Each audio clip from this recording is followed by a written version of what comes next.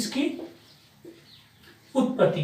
देखो इसकी उत्पत्ति मानी जाती है मध्यजीवी महाकल्प से। कहां से? मध्यजीवी महाकल्प से मानी जाती है, जिसे हम क्या कह सकते हैं? मीसोजोइक एरा कह सकते हैं। क्या कह सकते हैं? जिसे मीसोजोइक एरा भी कहते हैं।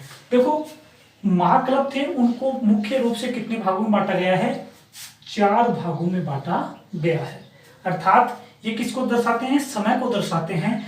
तो काल को हम महाकल्प को कितने भागों में बांटा गया है? 4 भागों में बांटा गया। पहला तो कौन सा था? आद्य महाकल्प, फिर पूरा महाकल्प, मध्यजीवी महाकल्प और नवीनतम अर्थात नवीनतम महाकल्प, ये माने जाते हैं।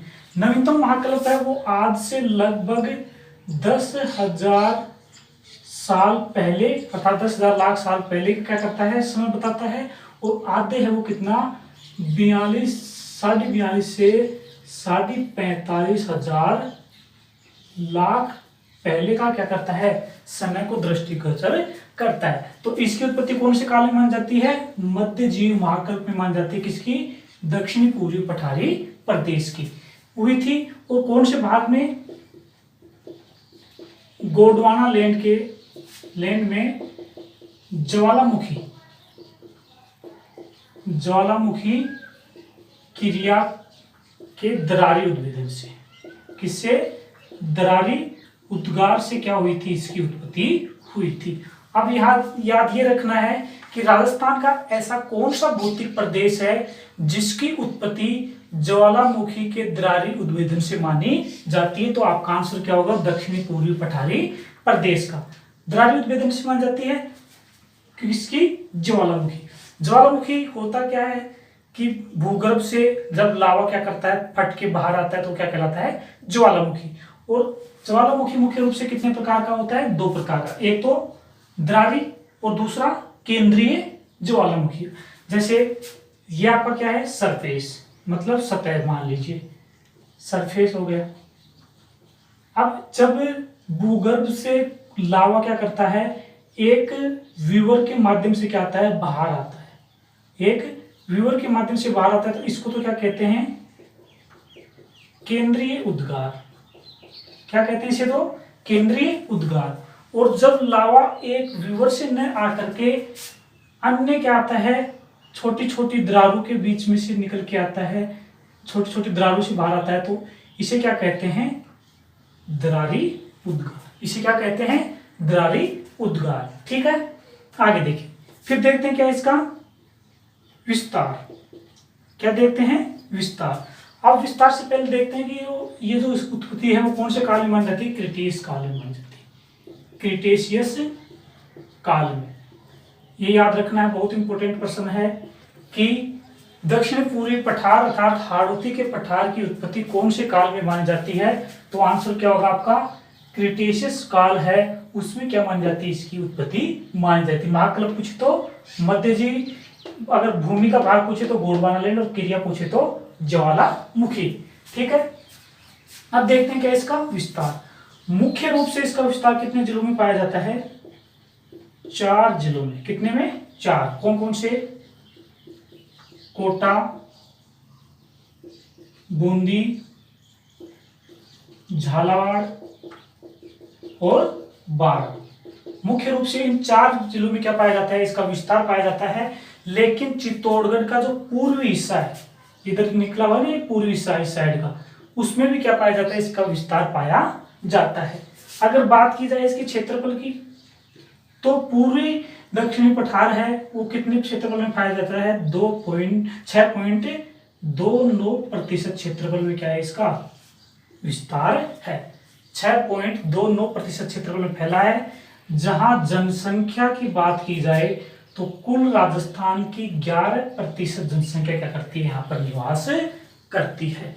ठीक है, इतना। फिर से देखो, उत्पत्ति मध्यजीवी महाकल्प में हुई थी, जिसे मीसोजोइक एरा भी कहते हैं। कौन से काल की बात है? ये क्रिटेशियस काल की बात है। गोंडवाना लैंड में ज्वालामुखी क्रिया के दरारी उद्गार से क्या हुई? इसकी उत्पत्ति हुई है। विस्तार कितने जिलों में? 4 जिलों में, कोटा, बूंदी, झालावाड़ 12। कुल क्षेत्रफल कितना है इसका? 6.29%। और यहाँ पर कुल कितनी जनसंख्या पाई जाती है? 11% जनसंख्या पाई जाती है। ठीक है इतना? ओके, अब ये क्या करें, आप एक बार इसका स्क्रीनशॉट ले सकते हैं। आगे बढ़ते हैं। ये क्या थी? इसकी उत्पत्ति से संबंधित प्रश्न थे। अब आगे बढ़ते हैं, बात क्या करते हैं इसकी प्रमुख विशेषताएं कि दक्षिणी पूर्वी पठार है उसकी क्या विशेषताएं, अर्थात हाड़ौती के पठार की मुख्य विशेषताएं क्या है। तो क्या पढ़ेंगे इसकी विशेषताएं? किसकी विशेषताएं पढ़ रहे हैं? दक्षिणी पूर्वी पठारी प्रदेश की। अब सबसे पहले देखो, दक्षिण पूर्वी पठारी है, इसका क्षेत्रफल कितना था? 6.22% था। तो कह सकते हैं सबसे छोटा भौतिक प्रदेश। पहली विशेषता क्या हो जाएगी कि ये क्या है? सबसे छोटा भौतिक प्रदेश है। और प्रश्न पूछ ले सबसे बड़ा कौन सा है, तो क्या बताओगे आप? पश्चिम मरुस्थलीय प्रदेश सबसे छोटा हो गया। अब सबसे छोटा भौतिक प्रदेश है तो इसका निर्माण किसके द्वारा हुआ है? ज्वालामुखी के द्वारा निर्मित। किसके द्वारा है? ज्वालामुखी के द्वारा क्या ये निर्मित माना जाता है, अर्थात उसके द्वारा बना है। अगर ज्वालामुखी के द्वारा बना है तो यहाँ पर कौन सी चट्टानें पाएंगी? या तो आग्नेय चट्टानें पाएंगी या बेसाल चट्टानें। अब कौन से उद्भेदन से हुआ ये? द्रावी उद्भेदन से, इसलिए यहाँ पर कौन सी चट्टानें मिलेंगी? बेसाल्ट चट्टानों की क्या है यहाँ पर प्रधानता। बेसाल्ट चट्टानों की प्रधानता है। कौन सी? बेसाल्ट चट्टान। ज्वालामुखी, जहां जहां ज्वालामुखी आती है वहां पर एक प्रकार क्या पाई जाती है? मिट्टी। अर्थात कह सकते हैं यहाँ पर कौन सी मृदा पाई जाती है? काली मृदा, जिसे रेगुर मृदा कहते हैं, कपासी मृदा भी कहते हैं, और इसे कहा जाए तो वर्टिसोल भी कहते हैं। वर्टिसोल क्या है इसका वैज्ञानिक नाम? क्या है इसका वैज्ञानिक नाम? वर्टिसोल भी कहा जाता है। किसको? दक्षिण पूर्वी पठारी प्रदेश के अंतर्गत जो काली मिट्टी पाई जाती है उसको वर्टिसोल भी कहते हैं। ये जो प्रदेश है यहां पर कह सकते हैं सर्वाधिक नदियां बहती हैं, अर्थात सर्वाधिक नदियों वाला भौतिक प्रदेश है ये। यहाँ पर सर्वाधिक नदियां जैसे कौन कौन सी हो जाएंगी? चंबल है, काली सिंध है, परवन है, घोड़ा पछाड़ है, मतलब काफी जो नदियां हैं वो यहाँ पर बहती है। इसलिए कह सकते हैं कि जो सर्वाधिक नदियों वाला प्रदेश है वो कौन सा है? दक्षिणी पूर्वी पठारी प्रदेश, अर्थात हाड़ौती पठार में सबसे ज्यादा क्या होती हैं? नदियां बहती हैं। ठीक है, अब सबसे आगे वाला क्वेश्चन काफी इंपोर्टेंट है। यहां पर है क्या पाया जाता है? अंतः अधर परवा क्षेत्र पाया जाता है। काफी इंपोर्टेंट प्रश्न है कि अंतः अधर परवा क्षेत्र राजस्थान के कौन से भौतिक प्रदेश में मिलता है? तो कौन से में? दक्षिणी पूर्वी पठारी प्रदेश में मिलता है। होता क्या है? ये इंपोर्टेंट है कि होता क्या है। तो आप इसको कैसे याद रखेंगे कि नदियों का शाखाओं के रूप में क्या होना? अलग होना ही क्या कहलाता है? अंतर अधर परवा क्षेत्र कहलाता है। तो यहाँ पर जो नदी आती है जैसे चंबल नदियां हैं, काली सिंध है, परवन है, उससे क्या है छोटी छोटी वितरिकाएं हैं वो क्या हो जाती हैं? अलग हो जाती हैं। और जब छोटी वितरिकाएं अलग हो जाती हैं तो उसे क्या कहते हैं? अंतर अधर परवा क्षेत्र कहते हैं। ठीक है, क्या कहते हैं? अंतर अधर परवा क्षेत्र कहते हैं। ठीक है, इसके बाद में यहाँ एक विशेषता की और बात करें तो यहाँ पर कौन सा है? मुकुंदरा हिल्स राष्ट्रीय उद्यान। कौन सा उद्यान बना हुआ है यहाँ पर? मुकुंदरा हिल्स राष्ट्रीय उद्यान बना हुआ है, जो तीसरा राष्ट्रीय उद्यान है। राजस्थान का तीसरा राष्ट्रीय उद्यान कौन सा है? मुकुंदरा हिल्स राष्ट्रीय उद्यान जिसे पहले कौन से नाम से जाना जाता था, दर्रा राष्ट्रीय उद्यान के नाम से इसको जाना जाता था। ये क्या है, एक बाघ परियोजना भी है। प्रश्न ये आ जाए कि दर्रा हिल्स अर्थात राम मुकुंदरा हिल्स राष्ट्रीय उद्यान है, वो बाघ परियोजना है या नहीं, तो आपका आंसर क्या होगा कि हाँ, ये कौन सी है, बाघ परियोजना भी है। इसका निर्माण है मुख्य रूप से राष्ट्रीय उद्यान के रूप में 9 जनवरी 2012 को हुआ था। 2012 को किसका दर्जा दे दिया गया, इसको मुकुंदरा हिल्स राष्ट्रीय उद्यान का दर्जा दे दिया गया था। ठीक है, इतना समझ में आ गया होगा इतना।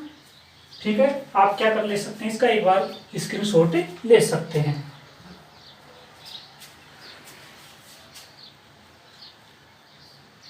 ओके, अभी क्या करते हैं, इससे आगे बढ़ते हैं।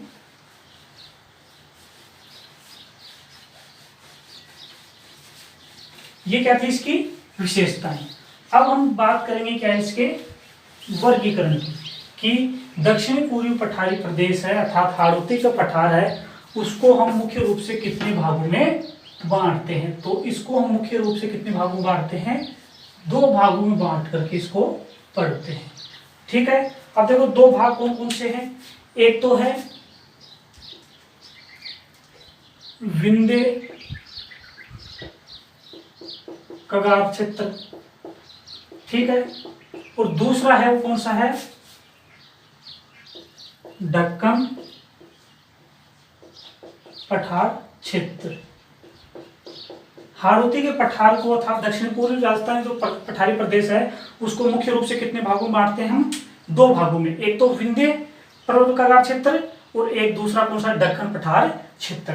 विंध्य कगार क्षेत्र है, इसको हम मुख्य रूप से कितने भागों में बांटते हैं, 3 भागों में, एक तो अर्ध चंद्राकार पहाड़ियां, कौन सा, अर्धचंद्राकार पहाड़ियां। अब अर्धचंद्राकार पहाड़ी का मतलब क्या होता है, जिसकी आकृति कैसी होती हो, इस प्रकार की, तो ये कौन सी आती हैं, अर्धचंद्राकार पहाड़ियों के अंतर्गत आती है। इसमें कौन कौन सी आती हैं, मुकुंदरा की पहाड़ियां, मुकुंदरा की पहाड़ियां, फिर बूंदी की पहाड़ियां, बूंदी की पहाड़ियां, और अगली जो है वो कौन सी है, रामगढ़ की पहाड़ियां, कौन सी, रामगढ़ की पहाड़ियां। फिर आगे वाला जो भाग है वो कौन सा है, इसका नदी निर्मित क्षेत्र, नदी निर्मित क्षेत्र अर्थात दक्षिण पूर्वी पठार का ऐसा कौन सा भाग है जिसका निर्माण किसके द्वारा हुआ है, नदी के द्वारा हुआ है। फिर अगला है वो कौन सा है, शाहगढ़ की उच्च भूमि क्षेत्र, उच्च भूमि क्षेत्र। अब हम बात यह है कि हम पढ़ रहे हैं दक्षिणी पूर्वी पठारी प्रदेश का क्या पढ़ रहे हैं, वर्गीकरण। क्या पढ़ रहे हैं, वर्गीकरण। अब वर्गीकरण कितने था, 2 में, विंध्य कगार क्षेत्र के रूप में और दक्कन पठार क्षेत्र के रूप में। विंध्य कगार क्षेत्र है उसको कितने भागों में बांटते हैं, 3 में, अर्धचंद्राकार पहाड़ियों के रूप में, नदी निर्मित क्षेत्र के रूप में, सागर की उच्च भूमि क्षेत्र के रूप में। अर्धचंद्राकार पहाड़ियां इसको हम मुकुंदरा की पहाड़ियां, बूंदी की पहाड़ियां और रामगढ़ की पहाड़ियों के रूप में पढ़ते हैं। इसका एक बार हम मैप बनाएंगे, मैप में इसको अच्छे से सोल्व करेंगे। दक्कन का पठार है इसको हम बांटते हैं कितने में, पहला जो क्षेत्र है वो कौन सा है, झालावाड़ का प्रदेश अर्थात झालावाड़ का क्षेत्र, क्षेत्र जो किसके लिए प्रसिद्ध है, यहाँ पर काली मृदा के लिए बहुत ज्यादा प्रसिद्ध है। दूसरा जो क्षेत्र है वो कौन सा आएगा, गंगधर प्रदेश। इस प्रकार से हम देखा जाए तो दक्षिणी पूर्वी पठारी प्रदेश को मुख्यतः 5 उपभागों में बांट करके पढ़ते हैं, 2 भाग और इसको टोटल मिला कितने हो जाएंगे, 5 उपभागों में बांट करके इसको क्या करते हैं, पढ़ते हैं। ठीक है, अब चलें आगे, इसका स्क्रीनशॉट ले फिर इसको क्या करते हैं, मैप में बनाते हैं। ओके, हटा देते हैं, ठीक। कहीं पर भी अगर आपको कोई क्वेश्चन समझ में नहीं आ रहा है, कहीं कोई दिक्कत है, तो आप पूछ सकते हैं, सीधा कमेंट करके आपका आंसर बताया जाएगा, पूरी तरह से आपको संतुष्ट किया जाएगा। ठीक है, अब देखते हैं क्या इसके जो वर्गीकरण था इसका उसको देखते हैं। तो हम एक इजी सा मैप लेते हैं।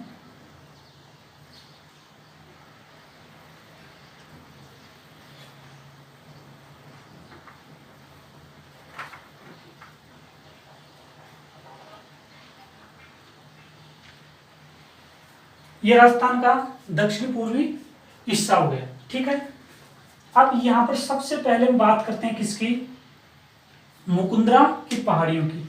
तो मुकुंदरा की पहाड़ियां देखो ये है, ये कोटा हो गया और ये झालावाड़। कोटा और झालावाड़ में अर्धचंद्राकार रूप में क्या हुई है, फैली हुई है। कौन सी है ये, मुकुंदरा की पहाड़ियां। मुकुंदरा की पहाड़ियां कहां कहां फैली हुई है, झालावाड़ व कोटा में। कहां कहां है इसका विस्तार पाया जाता है, झालावाड़ और कोटा में पाया जाता है। यहाँ की जो सबसे ऊंची चोटी है, आप कह सकते हैं क्या, सर्वोच्च चोटी का नाम क्या है, चांदमाड़ी। कौन सी है, चांदमाड़ी, जिसकी ऊंचाई कितनी है, 517 मीटर ऊंची है। अब बिल्कुल आपको ये याद रखना है कि मुकुंदरा की जो पहाड़ियां हैं वो कौन कौन से जिले में है, झालावाड़ और कोटा जिले में क्या पाई जाती हैं। और इसकी सबसे ऊंची चोटी उसका नाम क्या है, चांदमाड़ी है, जिसकी ऊंचाई है 517 मीटर। अर्थात इस क्षेत्र की सबसे ऊंची चोटी है जो कहां पाई जाती है, कोटा और झालावाड़ में पाई जाती है। ठीक है, आगे है ये जो क्षेत्र, ये कौन सा क्षेत्र है, बूंदी की पहाड़ियां। कहां की, बूंदी की पहाड़ियां। कौन से जिले में है, बूंदी में है। कौन से जिले में है, बूंदी में। और यहाँ की जो चोटी है उसका नाम क्या है, सेतुर। क्या है, सेतुर, जिसकी ऊंचाई है 353 मीटर, अर्थात सेकंड हाईएस्ट चोटी मानी जाती है। प्रश्न पूछ लिया जाए दक्षिण पूर्वी पठारी प्रदेश की सबसे ऊंची चोटी कौन सी है, तो आप क्या बताओगे, चांदमाड़ी की चोटी 517 मीटर। और दूसरी कौन सी है, सेतुर, जो बूंदी की पहाड़ियों के अंतर्गत आती है। ठीक है, आगे वाला है प्रश्न है वो कौन सा है, आगे जो डिवाइड किया था वो कौन सा, किसका किया था, रामगढ़ की पहाड़ियां। रामगढ़ की पहाड़ियां कहां पर, बारां में पाई जाती है। और इसकी प्रमुख विशेषता क्या है कि यहां पर क्या पाया गया है, जियो हेरिटेज। जियो हेरिटेज का क्या किया गया है, निर्माण किया गया है। प्रश्न पूछ लिया जाए कि राजस्थान के कौन से भौतिक प्रदेश में जियो हेरिटेज का निर्माण किया गया है, तो आपका आंसर होगा दक्षिणी पूर्वी पठारी प्रदेश की रामगढ़ की पहाड़ियों में जियो हेरिटेज का क्या किया गया है, निर्माण किया गया है। जो भारत का क्या है, प्रथम हेरिटेज है। क्या है, भारत का प्रथम हेरिटेज माना जाता है। ये क्या थी, अर्धचंद्राकार चोटियां। ठीक है, पहाड़ियां कह सकते हैं जिसको। इसके बाद में हम बात करते हैं क्या, दूसरा जो इसका उपभाग आया था वो क्या आया था, नदी द्वारा निर्मित क्षेत्र। देखो यहाँ पर नदियां बहती हैं, आपको पता हो तो, एक नदी ये है, कौन सी, चंबल।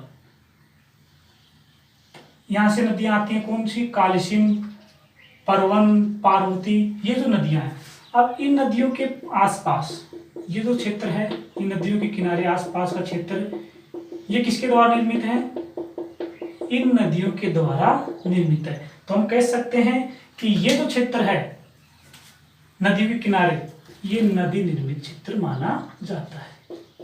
नदी निर्मित क्षेत्र, कौन कौन सी नदी है यहाँ पर, चंबल है, पार्वती है, परवन है, कालीसिंध है। उनके किनारे जो भी मैदान निर्माण हुआ किसके द्वारा हुआ है, नदियों के कारण, इसलिए इसे क्या कहते हैं, नदी निर्मित क्षेत्र भी कहते हैं। ठीक है, उसके बाद में हम बात करते हैं किसकी, सागढ़ की। किसकी, सागढ़ की उच्च भूमि। ये जो क्षेत्र आपको दिख रहा होगा, ये क्षेत्र ये क्षेत्र कौन सा है? सागड की उच्च भूमि क्षेत्र कहाँ है? सागड की उच्च भूमि क्षेत्र है, जिसकी अगर क्या की जाए, बात की जाए ऊंचाई की, तो यहाँ पर 450 मीटर ऊंचा पठार पाया जाता है। कितना? 450 मीटर ऊंचा पठार पाया जाता है। और ये कहाँ पड़ती है? पूर्वी बारां के अंतर्गत आता है। अर्थात सागर की उच्च भूमि है, राजस्थान के कौन से जिले में है? तो आप क्या कहेंगे? पूर्वी बारां के अंतर्गत है, जो 450 मीटर ऊंची मानी जाती है। कहाँ? कौन सी? सागर की उच्च भूमि। ठीक है। इसके बाद में हम अगर चर्चा करें तो ये कौन सा था? विंध्य कगार प्रदेश के अंतर्गत पड़ रहे थे। अब हम देखें कौन सी? दक्कन के पठार की। ठीक है, ज्यादा नहीं मिटाना, बस थोड़ा सा देखते मिटा दें इसका।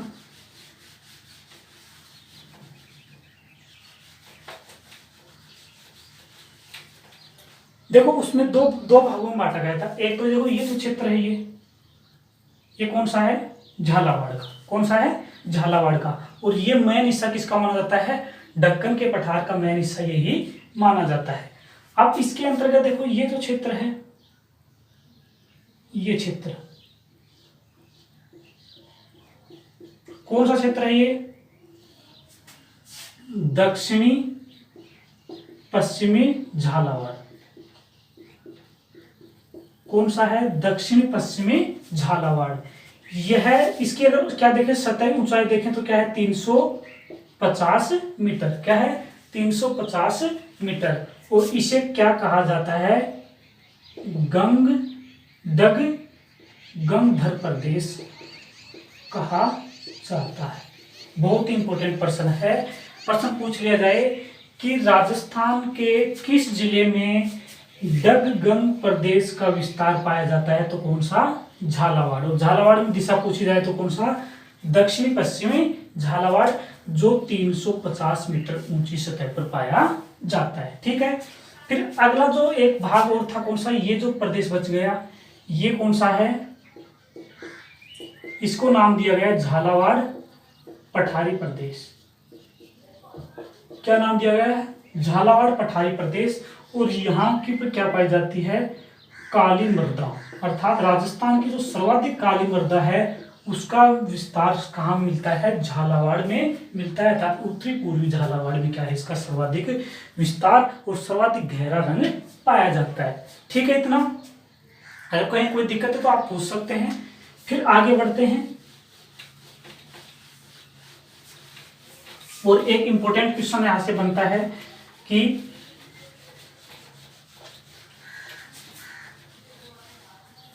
इतना तो समझ में आ गया होगा। अब आगे है महान भ्रंश सीमा। ध्यान से समझना कि महान भ्रंश सीमा क्या है। देखो ये जो प्रदेश है, अभी हमने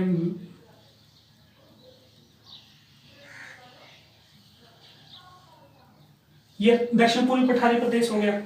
यहां पर एक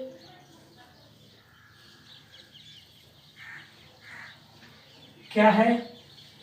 पर्वतमाला। क्या है? पर्वतमाला। कौन सी? अरावली पर्वतमाला। ठीक है। यहां पर भी एक पर्वतमाला है जिसका विस्तार ये है।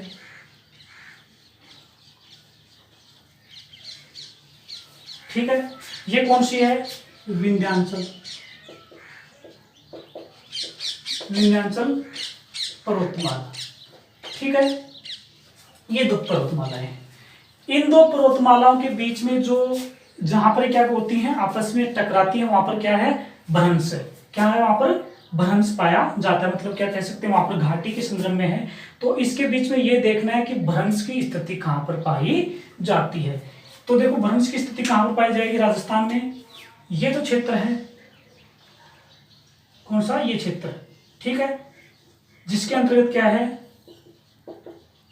बूंदी और सवाई माधोपुर। बूंदी और सवाई माधोपुर, यहां पर क्या पाया जाता है? महान भ्रंश की सीमा पाई जाती है। अरावली और विंध्याचल पर्वतमालाओं के बीच में बूंदी और सवाईमाधोपुर जिले में है क्या पाई जाती है, महान भ्रंश सीमा की क्या विस्तार अर्थात कहते सकते हैं और स्थिति पाई जाती है। इसकी सर्वाधिक ऊंची चोटी कौन सी है, गुरु शिखर, जो हिमालय और दक्षिण में नीलगिरी की चोटी के बाद सर्वाधिक ऊंची 1722 मीटर, कौन सी, गुरु शिखर। ठीक है इतना। तो महान भ्रंश की सीमा कहां पर होगी, बूंदी और सवाईमाधोपुर में स्थिति होगी। अब इसके बाद में ये देखना है हमें कि अरावली और विंध्याचल है वो आपस में समकोण पर कहां काटते हैं, कहां पर मतलब समकोण पर कहां काटेंगे। तो देखो इनकी स्थिति क्या है, ये स्थिति है, ये है लंबवत, ये तो कौन सी स्थिति हो जाएगी, अरावली की स्थिति, ठीक है। और ये किसकी है, विंध्याचल की स्थिति, ये किसकी होगी, विंध्याचल की। अब ये जो समकोण पर काटेंगे वो जगह कौन सी है, तो ये देखो ये जगह है, यहां से कौन सी आ गई, अरावली, ठीक है, और यहां से कौन सी आ रही है, विंध्याचल। अब जो ये जगह काटती है यहां पर, ये जगह, इस जगह का नाम क्या है, रणथंभोर, अर्थात कह सकते हैं सवाईमाधोपुर। प्रश्न यह है कि अरावली और विंध्याचल आपस में समकोण पर कौन सी जगह पर काटते हैं, तो आपका आंसर क्या होगा, रणथंभोर सवाईमाधोपुर डिस्ट्रिक्ट के अंतर्गत आता है। ठीक है, इतना समझ में आया होगा। इसी के साथ आपका जो भौतिक प्रदेश थे, राजस्थान के भौतिक प्रदेश से उनका टॉपिक क्या होता है, कंप्लीट होता है। किसी भी तरह के आपको अगर क्वेश्चन पूछने हैं तो आप क्या कर सकते हैं, कमेंट करके प्रश्न पूछ सकते हैं। धन्यवाद।